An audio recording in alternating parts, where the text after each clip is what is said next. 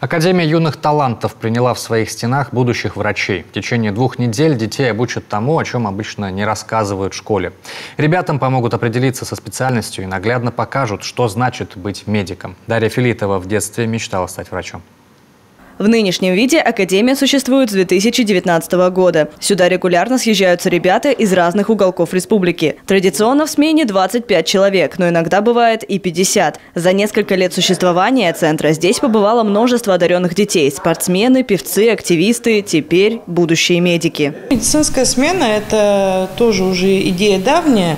В прошлом году у нас уже была первая такая попытка, когда мы проводили летнюю естественно-научную школу, где было тоже ряд дисциплин. И вот в этом году мы уже подошли к медицинской школе. Прежде всего, само время требует именно внимания к медицинской профессии. Ну и, конечно же, это профориентация школьников.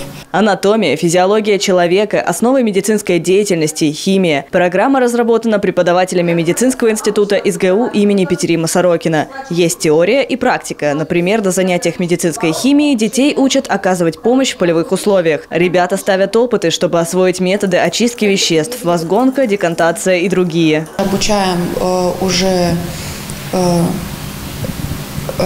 институтскому уровню медицинской химии, то есть какие-то органические соединения, с которыми в школе их не знакомят, с которыми они могут поработать здесь самостоятельно, увидеть, понюхать, пощупать что-либо, провести какие-либо опыты на том оборудовании, которого нет в школьных лабораториях. Ребята попадают сюда на основе конкурсного отбора. Испытания, портфолио, видеопредставление. Для юных врачей тест с вопросами об организме человека. Ангелина Данилова – ученица 33-й школы Сыктывкара. Информацию о наборе она увидела в группе ВКонтакте.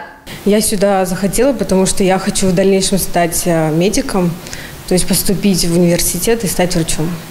Поэтому мне очень стало интересно, что здесь будет. В конце детям вручат сертификаты о прохождении обучения. Следующая смена – баскетбольная, начинается 19 июля. Дарья Филитова, Олег Костромин, телеканал Юрган, Сыктывкар.